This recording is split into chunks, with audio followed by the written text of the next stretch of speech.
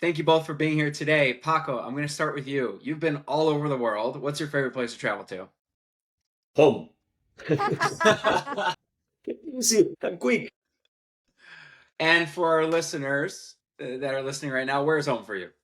What is home for me? I mean, I based it in the Canary Island, but I mean, that was just a quick joke. I mean, depends. Wherever you go, you find something special, right? I mean, home is home because you have your family around, but places where I have been, still Brazil, Japan, US, you always find time to see the wonders of the universe and the wonder of the earth and meet people, right? So that's very important. That's awesome. Thanks for sharing. Krista, same question for you. Where do I live in Vancouver, Canada, and I kind of echo what Paco said. It is amazing. The world is so interconnected, and the nice thing about fitness and everything that we do interconnects people really easily as well. But I've had some really neat experiences traveling to places like Iceland and teaching there, and unique places around the world. So I feel very blessed to be able to share what my passion is, which is indoor cycling and fitness, and to be able to meet really great people everywhere. Awesome. Well, noted that neither of your answers were Chicago, so thanks. All right. So as we move forward now, let's talk about the landscape of indoor cycling. You both have such tremendous experience in this space. I'm really excited to dive into this world with the both of you. I would love to begin by just getting your general thoughts on the current state of indoor cycling and the industry. Krista, would you mind starting off?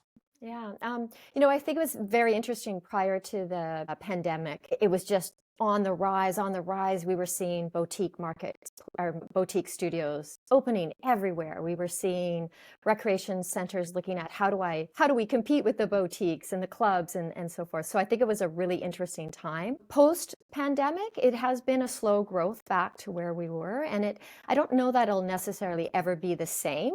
It certainly is a different landscape to what it was before, but certainly seeing now about classes starting to pick up, especially where I am. It took a little bit of time, but actually this last 6 months, I've really noticed an increase in the attendance numbers of in indoor cycling. Great. And Paco, anything to add on top of that? Well, I agree 100% with Krista. There is a pre and post COVID, right? But we are excited for the future because indoor cycling, when we both, and I believe that we both started to teach indoor cycling at the same time, long time ago. So in the last 25 years, indoor cycling have been going through many changes, right?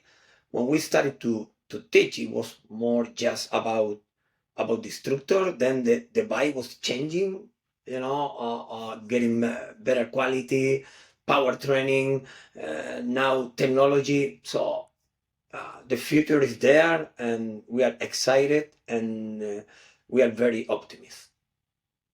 Yeah, and I'm kind of curious to hear more about what it was like when you first started. So kicking it back over to Krista, I mean, when you first got into this 20 something years ago, I mean, did you ever think that it would be where it's at now? No, actually, it's kind of funny because when we were bringing one of our club at the time was one of the first clubs to bring in indoor cycling, and everyone was like, "Oh, this is just a fad. This is not gonna, this is not gonna last." And here we are 25 plus 30 years later, and it certainly is not a fad. And to, looking at what was happening around the world at the time, I think Paco could certainly talk about his experience in Spain and then how it just took off to a whole other level. So yeah, I don't think we had any expectations that it would be as strong and as big and as integral to all clubs now. It's not like, should we get cycling or not? It's like it's part of a staple within the club environment. So that's one of the things that also has certainly been a game changer over the years. Yeah, absolutely. And I'm curious to know more about, obviously, you're both, Krista, you're in Canada, and Paco, as you mentioned, outside of Spain, but you've been around the world. How have things differed in indoor cycling from one continent to the other, from one country to another, like internationally, maybe versus the United States? I'm just kind of curious to know your thoughts about the different regions of the world and maybe how they view indoor cycling in the industry. And Paco, I'll start with you. So I think that there is a main factor that influenced in the past to cycling became successful in several countries. For example, you know that Europe, they have a long history, long cycling history, right? So in Europe, during the winter, it's very cold. So they found one way to train in the winter, indoors, and have fun and together with music. So a lot of cyclists, for them, that was like a gold mine, right? So, and then, cycling has been so popular the last 20 years, even in US, where you guys, where you see to baseball, American football, basketball, ice hockey. And then I believe that a lot of the last 10 or 20 years, three very important North American cyclists, they won the Tour de France. So, and I think that also influenced on how fast the indoor cycling grow in worldwide, right? Mhm. And I wanted to add, I can add a little bit to that too. And if you even look at the Australian market, Wow. where Les Mills has been such a powerful force in Mhm. terms of bringing pre-choreographed programming to the industry, that helped a lot of instructors who, maybe didn't have the necessary tools to be able to do that, but by having that framework, we're able to really jump on board and be able to apply that. So I think worldwide, each country and continent has really brought a different uniqueness to it, and how we, as a global market, take all that information and see how can we create something that's going to mix and or work with the groups that we are all training at the time. So. Are there any current markets that are like emerging in a certain area? Is there any traction with someone like you mentioned Les Mills from Australia? Is there another group of people in a certain area right now where like people are kind of turning their head and saying, "Oh, like, it's kind of interesting what's happening over there." Well, I think that indoor cycling is very popular worldwide, right? So to your question, I think that in Latin American countries, I mean, we can feel that there is a growth, and also in places like in China, Japan, Singapore, all these places where it was like a very low market for us. I mean, right now they are very important market. Hmm. Mhm. Yeah, it's very cool. So, next question for you. You mentioned earlier, Krista, these larger gyms, boutique gyms. For maybe someone that's listening who doesn't know so much about this space, how do you define like your verticals? How do you see indoor cycling? Is it boutique gyms, sport performance, rehab? Like, what are these spaces for you and what are these different areas? Yeah. Well, I think that's the really great and unique thing about indoor cycling is that it does work in all those vertical markets. So you could have a recreation facility that has a cardiac rehab program, and now we can use our bikes to train with Mets. We have, boutique markets that want to have that amazing canvas with the lights and the small, you don't need to have a huge space. You can have a small location and run a really successful indoor cycling program and just highlight just indoor cycling. Or you could be at the club facility level and where you have a spin room, where you have a dedicated fusion yoga room, where you have a dedicated strength conditioning. Or we're using our bikes in the sports market where we're training people to train with power and being very specific to what their training needs are. That's what I think indoor cycling has really done for the market is it's not singular, it's multiple across all those verticals. Yeah, absolutely. I appreciate you kind of defining those verticals. And what stood out to me from your answers already was just the impact of technology on the growth of this market for sure. So I want to talk more about that. It seems that from 25 years ago to now, it went from being in a studio with a few people to maybe more people, but now there's this ability to have a global reach, right? So I'm curious to know how technology has really impacted this market and what the biggest innovations have really been over the years to get the market to where it is now. And Krista, we'll go back to you and then Paco will go to you after. Okay.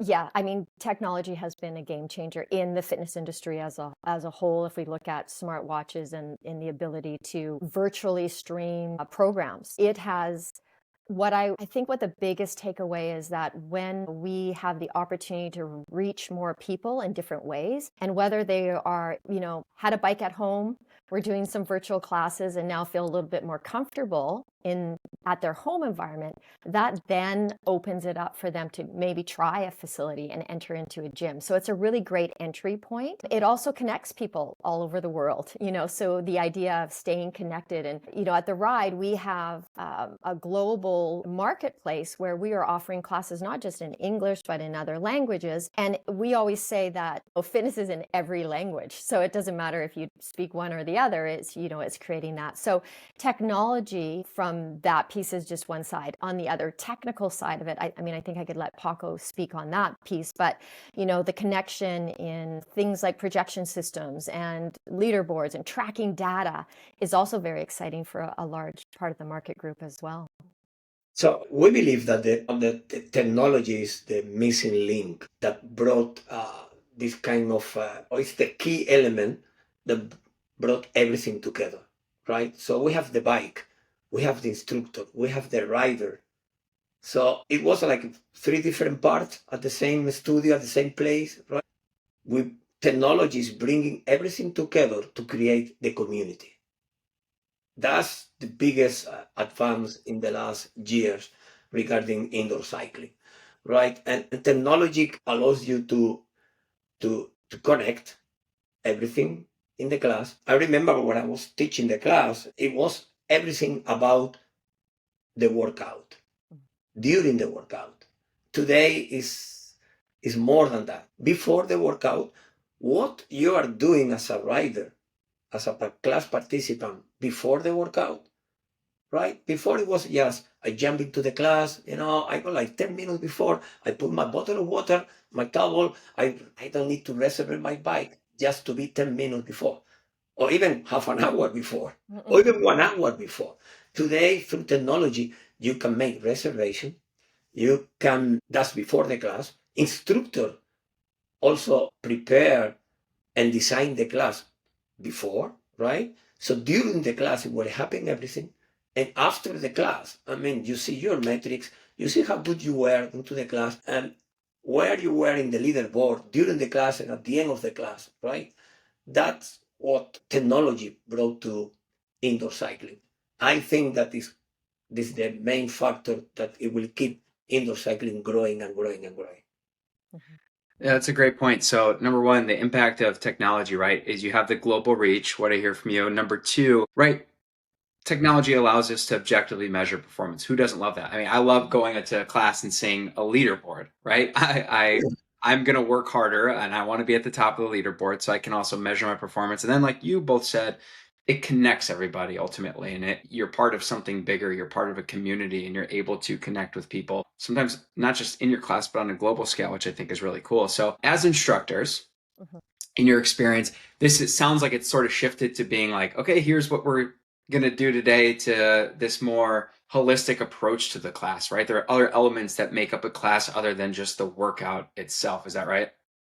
Yeah, definitely. You're creating now a more immersive experience for your students, and the idea of technology helps me as an instructor to be able to do that much better than maybe I could, or not better, but in a different way. And I'm also, the benefit of indoor cycling is that the rider controls the intensity.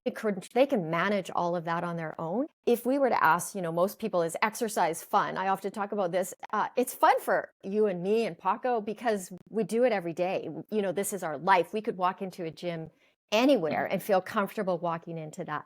But if you have someone who's brand new, and most, 30% of more of someone attending to a club have never had that experience, they are a beginner. So a beginner in an indoor cycling class, I love it. They can control the intensity. It's non-impact. Now we've got this really fun, immersive experience. And now we've elevated that for an individual.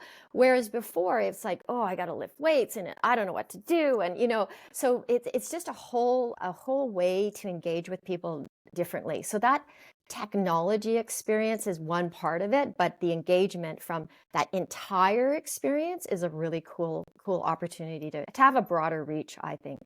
So you love metrics. Someone might Yeah. They don't care what their power is. They don't care what their heart rate. They just want to have a good time. They want to listen to great music, be in a fun studio, and just move to the beat of the music. They might not care a single second if they've hit any of their power training zones that day. They're just there for that fun, that experience. So it really has a really broad appeal. They don't care if they're first on the leaderboard. They're last. They're having a good time. Well, Krista made an excellent description of what we created, the right, because this is the concept. This is our concept. This is the K.H.P.P concept. It's 100% adapted to all situations, right? So intensity is play a very important role because for us, it's very important that everybody knows how hard is working or how hard is riding and why he do it that and how he can do it, right? And and it is like in our concept, you can have like a top cyclist, top three athlete, a guy that is doing a lot of strength and with a lot of muscle mass, and you can have that person that, probably his aerobic condition is not very high, but he adapted to his own intensity, right? So that's the concept. And then you bring some music, you get fun. If you want to compete, you compete. You can equalize the competition, watts per kilogram. It is not the strongest, but it can be equalized by watts per kilogram, what is a very important tool for that leaderboard. So when you created the ride, was that missing in the marketplace?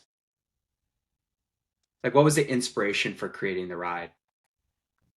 Well, timing wise, it was, it had been something we had wanted to do for a very long time. We had this concept in our mind that this would be a great opportunity. Then COVID hit and it just slammed us into it a lot quicker than what it was. But what we wanted to do differently is that we wanted to make it truly to be global. We have instructors from all over the world teaching for us and training for us. We wanted to have that connection of it to be, first of all, that global connection. And we also wanted to have anyone, whatever type of bike they were riding on, to be able to be part of the ride. And that was really what Paco was talking about when we're training with intensity. If you want to train with power, you train with power. If you want to train with heart rate, you train with heart rate. If you want to train with rating of perceived exertion, you train with that. If you want to train with the color zones that match the RP, we've got that for you as well. So it was really trying to create an inclusive indoor cycling experience. We wanted the quality to be there. We wanted there to be consistency. We wanted to have standard format. Is here's our 3 types of rides. If you like working with rhythm, we've got a class for you. If you want to work with metrics, we have ride race for you. If you've got only 20-30 minutes on your calendar and you want to do a hit base class, we have that for you for you. So, when Paco and I were working on this, we really looked at who goes to classes, what would their interests be, and how do we then appeal to those interests as well? Yeah, a question for me yeah, absolutely. A question for me as I think about it really is like, with all of your experience from the both of you and seeing so many classes, participating in so many classes, at the end of the day, for you, what do you think separates like an average class from a really great class? And Paco, you can go ahead. It looks like you're excited to answer. So Why you point to me? The more difficult question. because you went. Okay, let's go.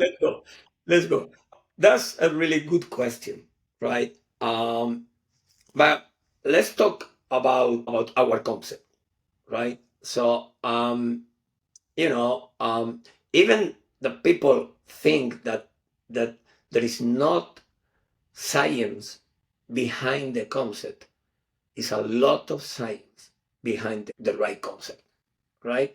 Because the science is there, it is the methodology you use and you bring into and you incorporate into the concept is the key element that the concept became successful or not, right? So, we felt that indoor cycling, it was instructors that they were teaching classes too much into the power training, just metrics and come on, be your best and blah blah blah, and trying to to that all the riders that attend to your class become cyclists.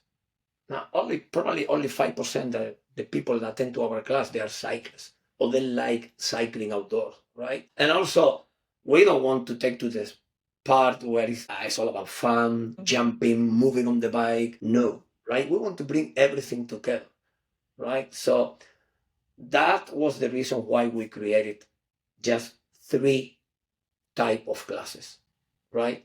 Rush, rhythm, and race. So it's everything integrated. Okay, intensity is our main component, right? So rush is heat training. I mean, and today you know how important it is to train intervals, just to keep your VO2 max, because VO2 max is now a very important tool for your longevity, and for your healthy. So for your health to become healthier, and the rhythm, it is more based on getting fun, music, turn off the light, get some disco light there, play the music very hard, and race. It's all about metrics, right? So we blend everything together, and I think that it is a very important part and factor that influence that the ride is so successful. Mhm. Cool. Krista, And anything to add on top of that? yeah, I was gonna, I think going back to, what was the question, like what makes a really great class? And in all of my years, and I've been teaching a long time, and I go in and I teach courses, and the first question I ask my attendees, always, I ask the same question: what makes a great indoor cycling class? I actually ask that question. And the first thing people always say, pretty much right there, they say music. All right. And if you think about it, it's a driving factor of that. So they say music because in our mind, the music becomes part of the roadmap of the ride. And they say things, the instructor is gauging, they're connecting with us, they're making it enjoyable. They'll say that they understand the format of the ride or what's happening in the class. All these other things. Rarely in all my years did someone say to me, the instructor was technically excellent as a cyclist. So it's not, it's a skill set that we can teach and train, but it's all those other factors that really make that experience. It's understanding how to put a class together. It's being there before the ride, getting the music on and the music and talking to people and connecting with them, not just before the class, but before the class, at the end of the class. Like, how was it? Oh, I was really uncomfortable. Hey, well, let me work with you and set up your bike a little bit differently for the next time you come. So it's all of those pieces that come together. So it's not just one thing, but it is a skill set that we are able to train people to be able to be really good instructors. They may not be technically excellent in terms of their ability to ride out on the road, but they certainly can do a really good job on, in an indoor cycling class. So it allows them to have another skill set to bring to the table. Yeah, that was a great point you made about making it engaging. And I like that you start with that question when you're asking. So let's dive into that more. You talked about connecting with people, maybe asking questions prior to the class, getting there a little bit early, having a little bit of an informality aspect to it too. What things make it engaging? So Chris, I'm gonna go right back to you. Like, what are other opportunities for instructors to make a class engaging? Is it like, what are specific examples? Is it calling out somebody by name? Is it, I don't know. So I'm curious to know more about like what could actually make a class engaging. What are things that you're focusing on? Mm-hmm. Yeah, I mean, all those things that you've mentioned, it's the little things I think that make a difference. As an instructor, over the years, is that we know we need to appeal to a really great broad audience. So understanding for me that I'm not going to have all cyclists in my class. I'm not going to have all experienced intermediate. I'm going to have a mix of individuals, and trying to appeal to all of those groups is sometimes, a big part of being a really good instructor is how do I teach to the masses on a regular basis. So it's really on how we connect from a level of things like Paco was just talking about, intensity, the different ways that we measure and use intensity, what's going to connect and click with someone. Instructing by invitation is what we say, is we are inviting people to this experience, And we are there just to guide and coach them. Just like you're coaching athletes, we are coaching a group of indoor cycling attendees that come to that class. And everyone needs to be coached a little bit differently. So from things to how we cue, the information that we share, the time we spend with them before and after class, all of those types of things are the little things. At the end of the day, we're sitting on a bike and we're pedaling. Yeah. It's not super more complicated than that, but it's all those other little things that actually make it go from good to great, as the saying goes. So I don't know, Paco, if you have anything to add. Well, and it also depends the time you're teaching your class. I mean, let's say that my first class tomorrow is at 7:30 or 6:30 a.m. So probably, no, I'm sure I have different Mhm. riders than what I have at 12 or 1 p.m. And even it will be different, the riders I have at 8 p.m., right? Because I mean, 6 a.m., all the riders, they are training before they go work, and the midday riders, I mean, is their the lunch time, so they go for a quick workout, 30 minutes, and then the riders at 8 p.m., those are the ones that they have been working all day, right? So what I found is that the people that are coming early in the morning, I mean, if they're coming because they're focused on their workout, I mean, they don't want to waste their time, Get right? in and get out. Get in, They get out. didn't get Yeah. out, right? Yeah. So the midday is those that, I mean, they're also they like metrics and compete, right? And the ones that are coming late evening, I mean, those they want to be entertainment, right? They Mhm. want music, they want fun, leaderboard, and those kind of stuff. Right? It depends the time you're teaching. Yeah. Yeah. So Yeah. I think every club is also a little different. So yeah, you different. adapt to the time, you adapt to the population, you adapt to, many different things depending on what that. And that's the same thing when what makes a facility successful is, do you Mhm. understand who it is that you're teaching to? What market are you trying to appeal to? And sticking in that lane that will work for you to be successful. That's so fascinating. I like Krista, what you said specifically, instructing by invitation, I really liked. And then Paco hitting on all of those different times of the day. That's not something that I would think about. Um, so have you improved both of you your DJ skills like over time? Like how do you how much time is spent on creating like music? It sounds like this is a huge deal. It's a huge deal. Paco, you're the Well, it depends. Something that I learned through all these years is okay, Paco, when you finish to create a workout and put all the music together, don't go back and listen because probably I'm going to change something, right? I So it's like that. always happen the same, because at the end of the day, it's really difficult. I mean, from my experience, to be 100% happy what you created, right? You always like to get Hmm. that 100% right. But music, okay. So putting all the workout together. For me, I always, what I do always at the beginning is to know what I want to teach, which kind of class or type of class I'm going to teach. Is today like a hit training? It is like a rhythm class or a race class, right? So that needs to be clear, right? What I'm going to put everything together in terms of intensity, right? Then I choose the music because I am a believer that any music fits in every workout, right? So there is no music for hit, there is no music for rhythm, there is no music for race, right? It is more how you motivate your riders. Okay, I tell you a secret. I mean, the music I use in my classes, that is not the music I listen when I am in my car or when I am at home, right? That's right. When my kids are on the Spotify playlist and they're like, "There's mom's fitness Oh yeah. music," it's just like turn that off. It's just a totally different. But to your point, it is a big part of it. And Paco downplays, but Paco's really excellent at creating amazing Oh man, it's like playlists. Like he's like top notch, I would say. But Yeah, it but isn't it's really, and funny. it takes time. It is a big, it's easier nowadays than it ever has been. When we won't even tell you what we started with many years ago, but you know, the systems that are there that to help you, even workout builders and those types of tools that we have now certainly create the opportunity to just take it up to the next level. But look, I was last week. I was in Switzerland, Yeah. right?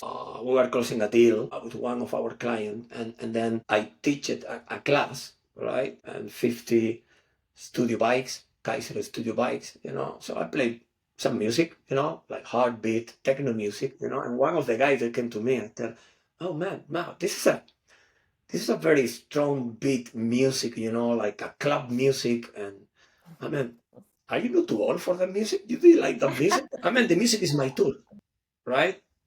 I mean, I'm not old to get a hammer, you know. So this is my tool. So it doesn't matter how aged you are, you know. I mean, you use your music. I told him I use my music as a tool. I'm not using my music to sit and relax because I couldn't never relax with this kind of music. You know what I mean? So I mean, if you have that clear, use your music as a tool. Mhm. Paco, Definitely. I'm picturing you like having a dinner party and having guests over, and you know you plug in your iPhone and stuff, or you know listen to some music, and you have something for the appetizers, you have something for the first course, you have something for the second course, and you're taking them through this immersive experience of being hosted at your house Yeah. through your music. Yeah, and I think that the Christian happened the same that it happened with all of the cycling instructors. You know, when you listen music, you know, and you start to move Yeah. your feet, you know, like clap on the floor, you know, that music It would be a good. fix in your. Exactly. You're always on the playlist. You're always thinking, how could I use that song in my would that be a great is that going to be a great interval training song? I'm going to use that. But you know, even in early days when Paco and I used to do the conference circuit and we'd have music on, we'd even have like a drummer come in and play with. Oh It was yeah. just so much fun, and so many ways that you can use music in a way. Well, cool. It's great to get your guys' perspective on that. And earlier you mentioned measuring intensities and leveraging, Paco, you had just mentioned, you know, studio displays. So my question is, what are those different ways that we are able to measure intensity in a class? You said one thing may work for this person, but a better way to measure that is, you know, this way, this method. So open question to the both of you, and whoever wants to take this can begin. But what are the best ways that we're measuring intensity in our classes? Christian, go ahead. No, you go ahead. You talking Me? something. Okay. I've been talking a lot. I'll let you talk. Um, Very important, right? I mean, we know three different methods. Well, let's say we know, right? Let's say that in our concept, the right, I mean, our classes are designed to use the three different methods that we know that you can control intensity, right? Okay. So power, and I will come back later with power, heart rate, and perception of effort. So everybody related to sport knows that perception of effort was the first method to measure intensity, right? Heart rate came later, and power now is the top top of the pop. So let's say that is the one that everybody's using. I want to bring here in the podcast, okay, that Kaiser was the first company that introduced power in the indoor cycling community, Mhm. right? So no one until 2006 has a display on their bike that measured power. There were some of them that were having a display in indoor cycling classes that you could measure cadence, but never power. So we have more than 20 years of experience training with power. And what we did is to bring that science method of control intensity, you know, and adapt to indoor cycling, right? So, and this is something that, I mean, I don't know if sometimes people that listen to this podcast will tell, wow, you guys think that you are the best. No, we are not the best. We were the first one, Mhm. right? And I always believe that who hit first and hit good, you know, became the best, right? And this is something that we understand. And this company understands about power. And why power is so important, or is too trendy now to measure intensity? Because power is there. You just go on your bike, you start pedal, and you see your power. The only you need to do and to find out is your FTP. If you want, we can talk more about later. And that's it. Very easy to control your intensity. You don't need to bring anything. We are doing this since 2006. The heart rate, everybody knows heart rate and perception of effort. But a very important characteristic of our program is that at the same time, in our classes, you can control intensity, feeling the energy you produce, how your body responds, heart rate, and how your body feels regarding heart rate and power. That's what I mean, the science behind the ride. Mhm. Awesome. Thank you so much. And Krista, I would love for you to maybe expand on some of that, maybe hitting on the importance of power, and then this term that Paco used, which was FTP, and maybe where functional threshold power, the importance of functional threshold power. Mhm. Yeah, I think when we look at power, really what we're looking at is a mechanical output in terms of we're working with gear and we're working with cadence. So if we look at the formula of power equals force times velocity, so when we're looking on working with our bikes, where power is measured in watts, the force is the gear, the intensity that we're at, and the cadence is the RPM that we're riding at. And we've seen the output, if we look at the higher those watts are, when we look at it from a work output, we're going to feel that it's going to be more challenging the higher those power numbers are. And your students can actually start to see that and correlate that really, oh, my heart's pounding more, my power is up, my rating of perceived exertion is higher. So it really ties in that. Whereas heart rate, we know variable factors, things like I've been overtraining, or I had terrible sleep, or I've had 3 cups of coffee, my heart rate's going to respond to that. Mechanically on my bike, if I'm riding at this cadence, at this gear, I'm going to see what my power output is in. Some days that output is going to feel easy, and some days it's not going to feel so easy. But that's the number that I'm working towards. So it's a really effective tool to be able to tie all of that together. And people get a lot. It's confusion. What is functional threshold power? And I can get Paco to talk about the definition piece of it. But if we look at riders can see and feel that right away, even if they don't understand anything about power. If they're pedaling super fast with no gear or very little load on it, their watts they're low, or they've put tons of gear, but they can barely pedal. Well, they've got lots of load, but they don't have much velocity. Again, they're not maximizing their power output. So you start to correlate with what I'm seeing on my console, what I'm feeling, and what are my numbers, showing on that. So it's a nice other tool to add to that indoor cycling experience. And we don't do it in any other fitness classes right now. We do it in indoor cycling. Paco. Paco, you want to maybe just You want to talk expand on about FTP? What functional? Oh yeah, you want? Okay, let's go for it, because I mean FTP is now the magical number, right? And it is very important to know what is FTP, what means FTP, and what's more important for everybody is that FTP is not everything, right? How we are using FTP in our classes. I mean, FTP is a good tool to set up your levels, your different levels of intensity in your class. So the power training methodology created by Andrew Cogan and Hunter Allen back in 1995, I believe it. They created that methodology, and they brought like 7 different levels, right? So guess what? So we have like 10 level of perception of effort, right? 5 different zones or level of heart rate, and 7 of power. It was like and your perception of effort, it should be now 8. Your heart rate should be very close to 5, and your power, it should be like 5. Oh my God, or like 6. Where I am. So something that we did real good, and Krista can go more on that, is to bring everything together. Because we believe that in the classes, everything goes as very easy, moderate, hard, and very hard. That's it. I mean, it is never like I need to stop because I don't pedal anymore. Because an indoor cycling, remember, it is a aerobic class, a mainly aerobic class. You never stop pedaling. Well, you stop pedaling at the end of the class, right?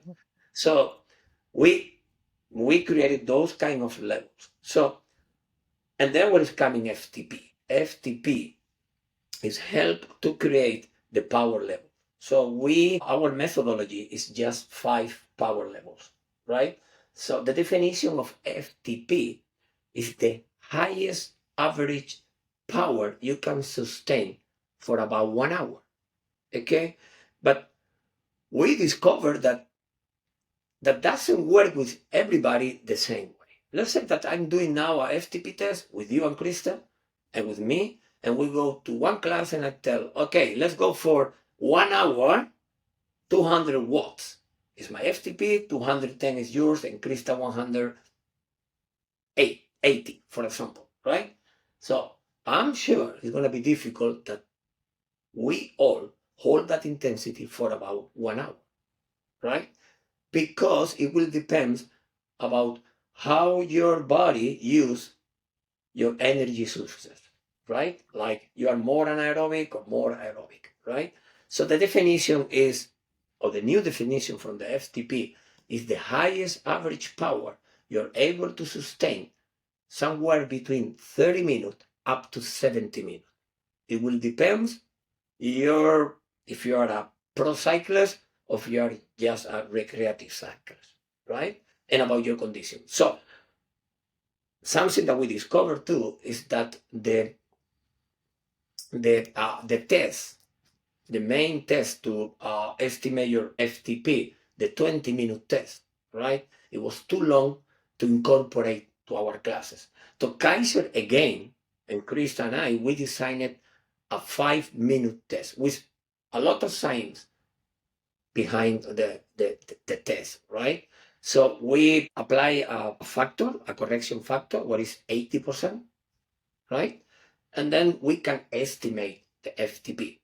But again, there is people that don't like to be tested during the class. I mean, this happens. So through our all experience and through our so many tests we did in the past and we're still doing, we created an algorithm based on your weight, your age, your physical condition, and how many days per week you attending to a cycling class. So we can estimate very close what is your FTP, right? So you go there, the nice and color studio display, you input your FTP and all the colors coming up, and then you wear your heart rate, you connect your smartwatch, you see your heart rate, you see your power, and then how your body feel. You know. Yeah, What's your rate? perhaps if you're a 6 a.m., you're a lunchtime or a nighttime rider too should be one of the questions. Um, Krista, question on that now. So Yep. with Kaiser's innovations, especially recently, how have things like the studio display and M Series group app really impacted the efficacy and experience in cycling? Yeah, it's been really exciting. On the Studio Plus console, now we have the opportunity to enter FTP right into the rider's console. So they're able to, when Paco talks about training within those levels, you're able to see I'm in zone 1, I'm in zone 2, 3, 4, 5, even into 6 and 7 if you choose to work with a 7 zone. So we can then test for it, like Paco said, and or we can use our estimation tool, give something to, give someone the information that they need to start now experiencing what that will be like and how that correlates together. The other new feature on the console, which is really neat, is that we know that we're not right in a zone, but we can be at the low end of zone 3, or we could be at the high or the middle. So on the console itself, we created a progress bar so you can see where you are within those zones as well, because I might be in the sweet spot between zone 3 and zone 4. I might be at the high end of my zone 5, those things. So it's a game changer because it just is allowing us to use that information.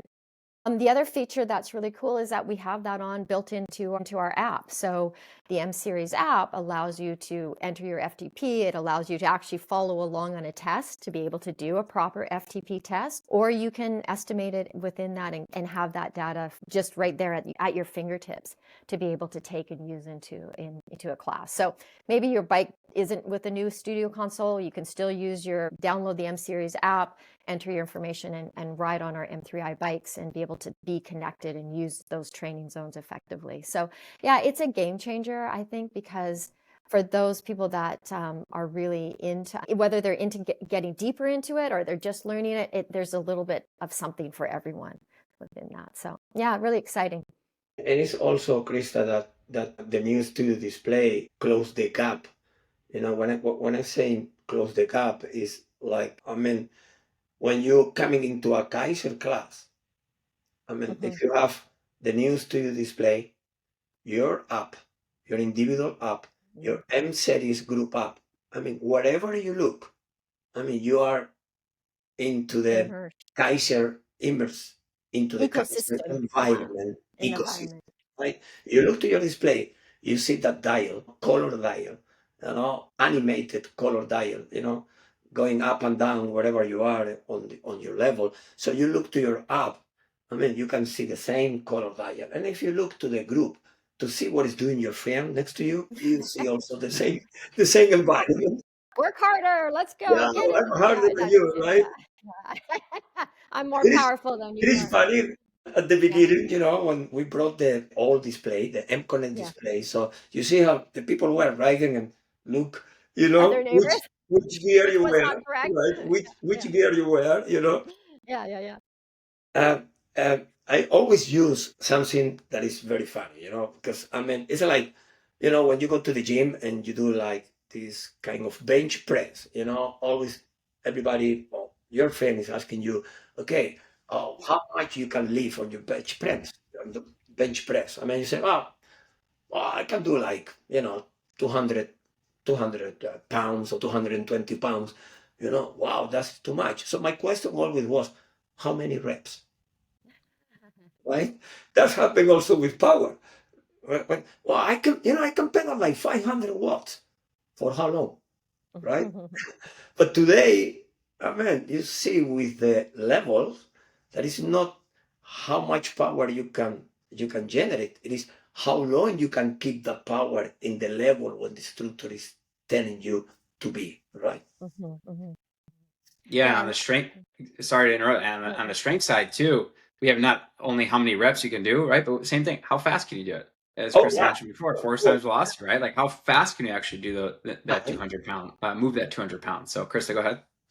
No, I was just gonna add to that. You were asking about the console too itself, and maybe a club wants to train in 7 zones. But you can train in oh, 7, you can train in 5, you can train in 6. The other nice feature, and I think I mentioned earlier, is that if you're working in rehab, it's one of the first bikes to have, a very few bikes to have METs. So we measure METs as well. So lots of really neat features to be able to add to that experience. It was a thoughtful approach of what does an instructor need to teach with, and what does a rider need to be able to, what data points are they interested in, and trying to be able to cover those in that experience. So yeah, it's great, exciting. Very cool. Sounds like it offers a very individualized approach if needed, which I think is really Exactly. cool that you have that custom ability. And then going back to, making it engaging. Who doesn't love seeing colors, on the Yeah. screen? So that obviously is a driving, motivating factor. So now I'm just curious to know, kind of, you've both been in this education space as well for quite some time.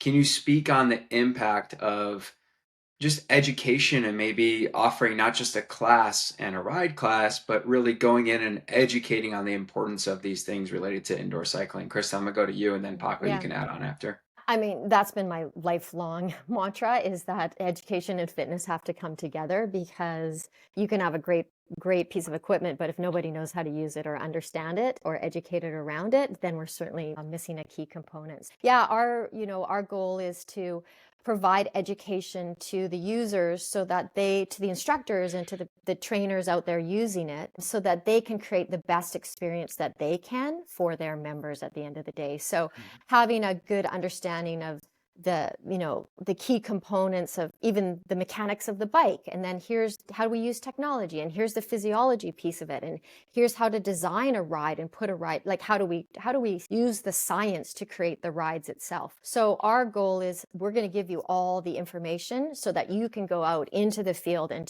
feel really successful and feel educated and to use that to inspire you to maybe even learn more. Like, you learn about the Kaiser bike. Maybe I want to now find out about the Kaiser functional trainer, so it's really a cyclical approach that we have to education, is that, every time I go in, whether someone's been teaching for the very first time, never, or forever, we ask, did we learn something new? Did it question what we thought we knew, or does it reinforce what we already know? And we really go with that approach to our education. I always say that behind a good instructor, there is always a great training program. Mhm. Always. And an instructor is always supported by a good training program, because that's the tool you have. That's the science behind you that help you to create everything, right? And you see the difference. I mean, you see when an instructor is supported by a good training program. And from a club perspective, as a club owner and a manager, I want my equipment to be used. So I want my team to be able to know how to use it. It was our mandate to invest in education for our team. Not only does it keep them more engaged in your club and they want to be there, it just pays off in dividends in terms of more people in classes, more people training in your gym, a more educated, engaged staff, members that are happier because they feel like they're safe and they feel like they're taken care of. So it certainly has huge benefits all around in a club environment, for sure.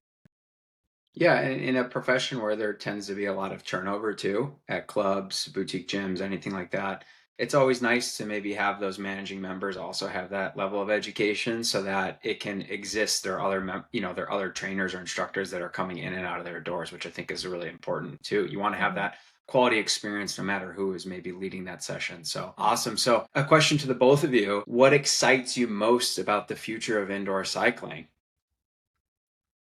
Everything.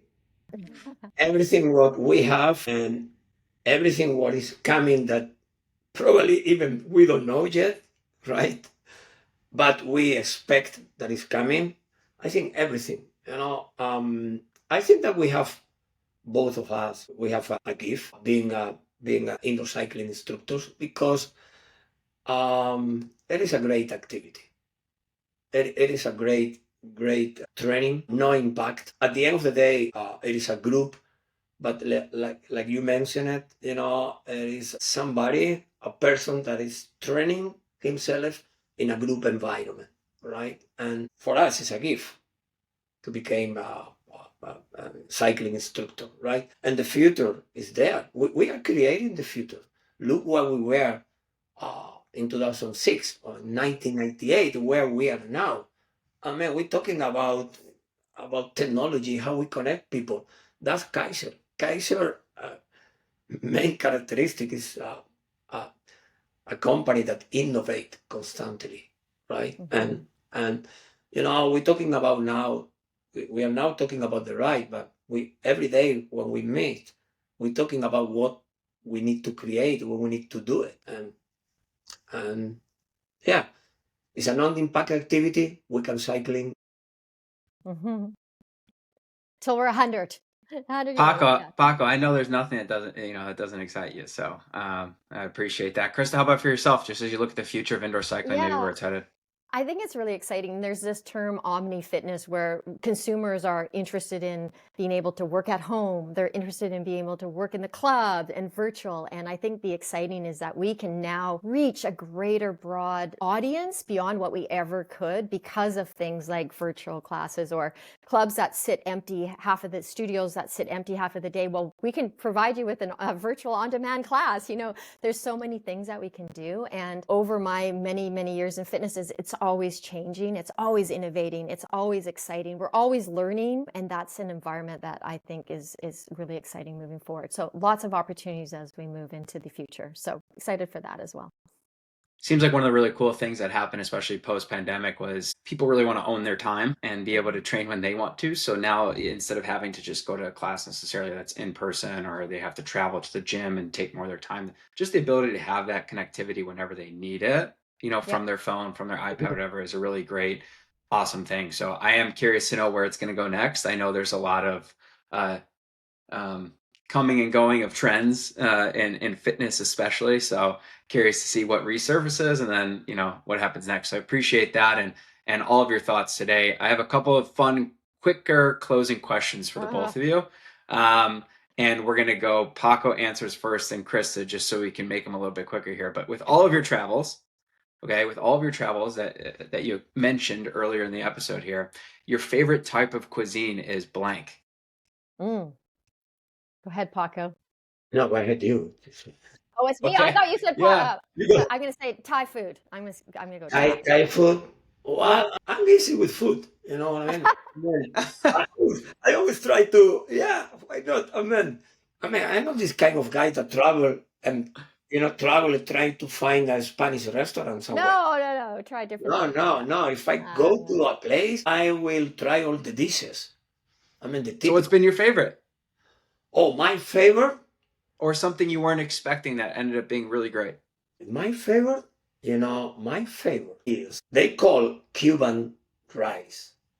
It is 2 fried eggs, white rice, and a fried banana. That's my favorite plate. And a Yeah. plantain. Okay, I like it. I All like it. right. How Do you about, Do you ever try it? Okay.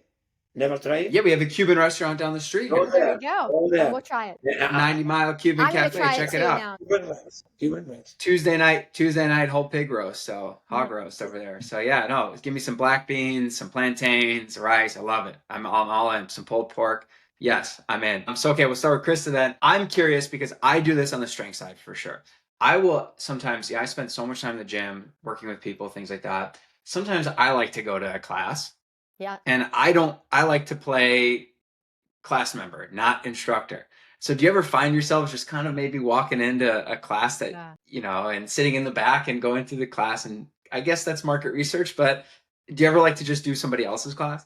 Yeah, I actually really love it because I always learn something new or take away something from that experience. In life, we're either a teacher, right? Or we're a student, and we can't just be one or the other. I think we need to do both. So I love to Yes. have the balance of being not just the teacher, but also being the student and learning from that experience. So Yeah, love yeah, it. in the Well, back, in the quietly, unless they point, and then you're like, no, I was trying to sneak in. So yeah. yeah, So, well said, Krista. Thanks. Go ahead, Paco.